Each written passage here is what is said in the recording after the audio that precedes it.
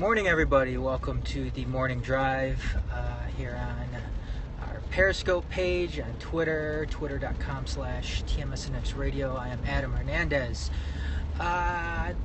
This morning I want to talk about the some comments made by NFL Commissioner Roger Goodell last Friday on the Mike in the Morning show, where he was saying that he didn't want the NFL to, and I'm paraphrasing, he didn't want the NFL to be held responsible or held accountable for mass marijuana usage in the NFL and the repercussions it could cause the league later on down the line, which in a certain sense you can kind of understand, especially coming from an NFL or looking at it from an NFL perspective. Everything that they've dealt with concussions and past player injuries has certainly come back to haunt them when it comes to instances like CTE and issues like that. However, you cannot help but look at the tremendous amount of hypocrisy that the NFL and its commissioner are once again portraying when you're dealing with something like marijuana usage in the NFL. Now, again, it's when you look at Roger Goodell's comments, held accountable could have a whole bunch of different meanings.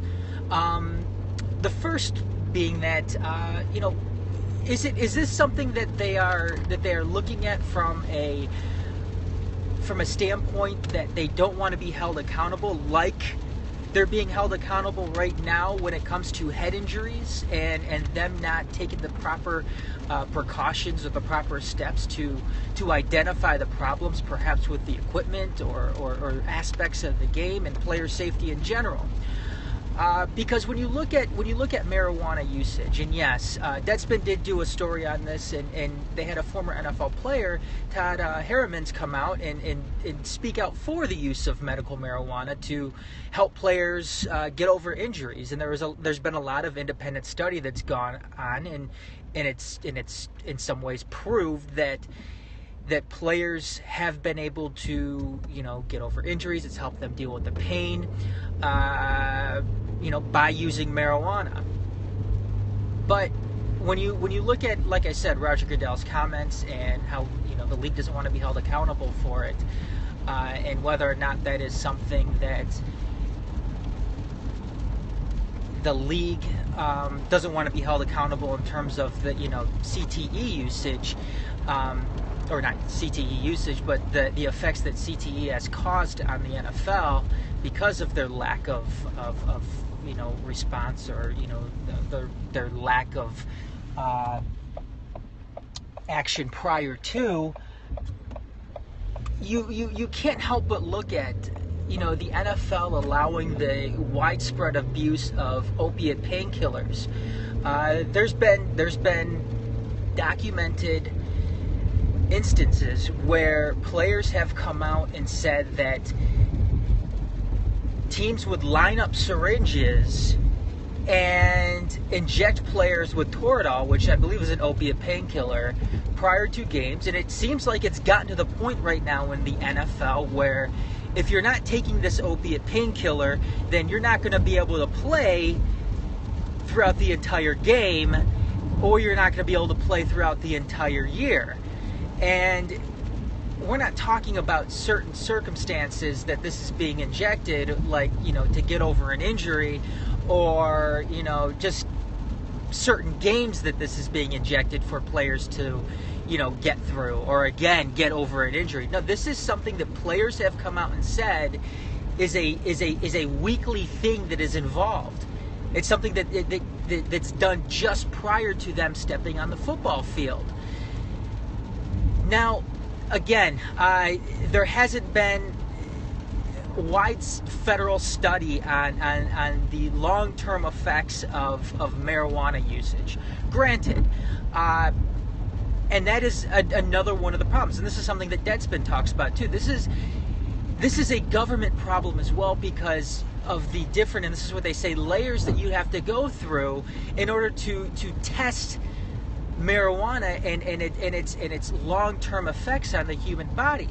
However, there's been no long-term study on opiate painkillers as well. Yet this is something that the NFL is going to go ahead and allow. I mean, to me, that is blatant hypocrisy on the NFL's part, and especially Roger Goodell's part, who, I don't know if he's turned a blind eye to it, or if this is something that he's actively allowing within his league. And it's just something that's really unfathomable, because right now it seems like marijuana has no further ill effect than, consumption of alcohol. Now it's something that can be regulated on both sides, especially within the NFL. Another aspect to all of this too that you have to look at in a possible hypocrisy with the NFL is the optics that it is just something that they don't want to promote in their league, especially with kids and that whole role model thing. And this is something that Dorf brought up during the Majors Live this past Monday when he was playing devil's advocate for the NFL and saying that, maybe this is a role model thing. Maybe this is something that Roger Goodell doesn't want to touch because he doesn't want to promote it to the public that marijuana usage is okay. First of all, if that's the optic, and I'm not getting on Dorf on this because I know he's just, he's playing devil's advocate when it came to this argument.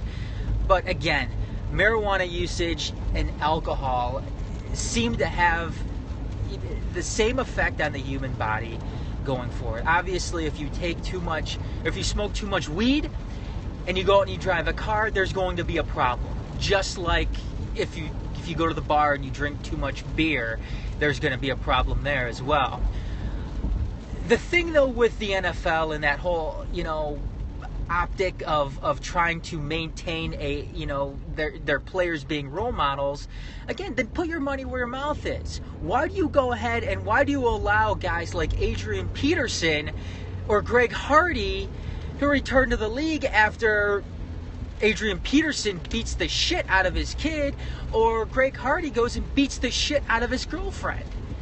And those are two of the more high-profile, cases of this. Obviously, Ray Rice he never returned to the league, and that was a mess for the NFL, brought on by, in large part by their own doing as well. But why were these guys allowed back in the league? Why were guys like Adrian Peterson and Greg Hardy allowed back in the league? Was it simply something that, they could still play, so they still had a place? Again, hypocrisy if that's the case. And we're sitting here worrying about, players smoking too much marijuana basically on their own free time. So, anyways, again, I hope people could see the hypocrisy with all of this. I hope the NFL gets their act together when it comes to this. And I hope the federal government gets their act together regarding all of this too, because let's study it, because obviously it's something that they are starting to allow on a state-by-state basis. So let's allow more federal funding to it. Let's see if it's really something that could help people recover from chronic injuries, especially athletes. So so opiate painkillers aren't even an issue. They're not even they're less of a thing than what they are now, because I could guarantee you, and again, this is something that we mentioned too on the Majors Live, that opiate painkillers are more than likely going to have a much harsher long-term effect than marijuana will. So, everybody, we'll see you again next week, next Thursday. That's the day that we're going to kind of settle on doing this, the morning drive. Make sure you check out our Twitter page, twitter.com/TheMajorsTV.